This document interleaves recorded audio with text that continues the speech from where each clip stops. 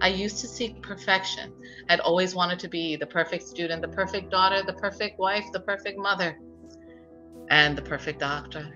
In the end, I found seeking perfection meant a diminished well being. So today I have embraced some other P's. I have embraced purpose in all things I do. I have outsourced all things that do not serve my purpose. And so I have a scribe and have come to accept that having someone help clean the house makes me no less of a wife or a mother. Persistence. I have come to realize that I'm a lifelong learner. I realize that things change all the time. I have learned to be patient and advocate for what I want. My last P. I have stopped comparison of my journey, for I've noticed that comparison is the thief of joy. This led me to embark on a spiritual journey to find how to become a mom. And so when the body and the soul and the spirit are interlinked with each other in a harmonious phase, they will be able to overcome. So with this wellness paradigm, I felt that I got connected to the right spiritual force. So that kind of took care of the emotions, and that helped me to heal my womb, and I was able to bear children of my own. Not that that we have to have our children of our own, but that was something that I dreamed of. So in my approach is wellness is something inside out and not really outside in. And then at the moment I realized like it was her emotion and her psychological well-being that was affecting her body, which a lot of times that part is neglected. I know sometimes we have social services, we're like, oh, well, they can't afford the medication, that's why. But usually delving into what's going on at home on a deeper level. And the sad thing is that a lot of times we only get 15 minutes.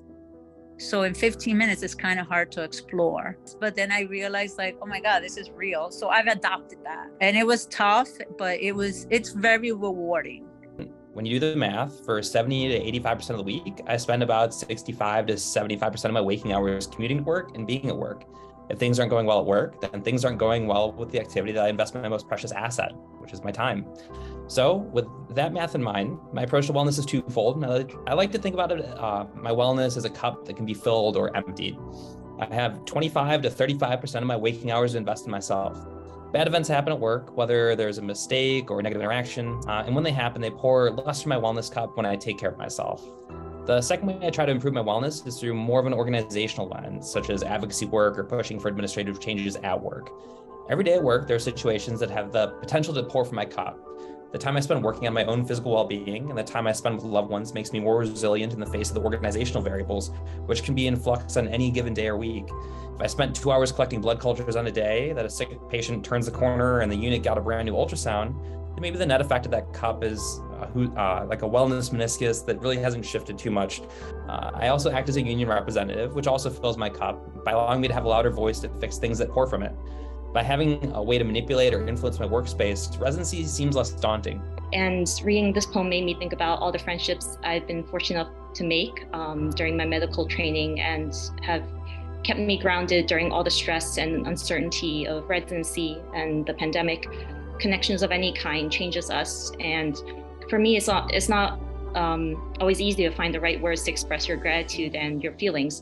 But then, you have poets who can do it for you. Sometimes it's just opening up a camera and being connected to my husband while we go about our daily lives. Because he's back home in New York and I'm here in Florida doing my rotations. And so he'll be cooking or what have you, and I'll be studying on my computer with him just there next to me. So my approach to wellness boils down to eat, sleep, study, bathe.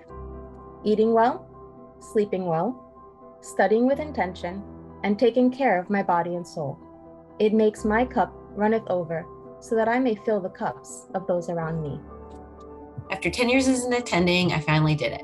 I took time for me. It seems like a simple task, but I was always afraid to do it. From 7 a.m. to 10 p.m., it's busy. And by 10 p.m., I'm exhausted and usually with work to finish and a house to clean up.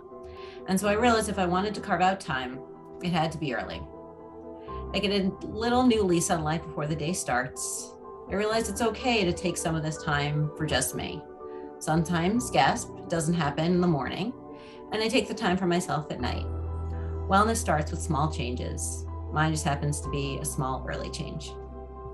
There will be roadblocks, you know what I mean? And the thing is to keep on, because that's what brings you happiness, regardless of what everybody else thinks that you're crazy because you stay late or you take more patients than you want to. But it's good to have like your time. Like my time was always lunch.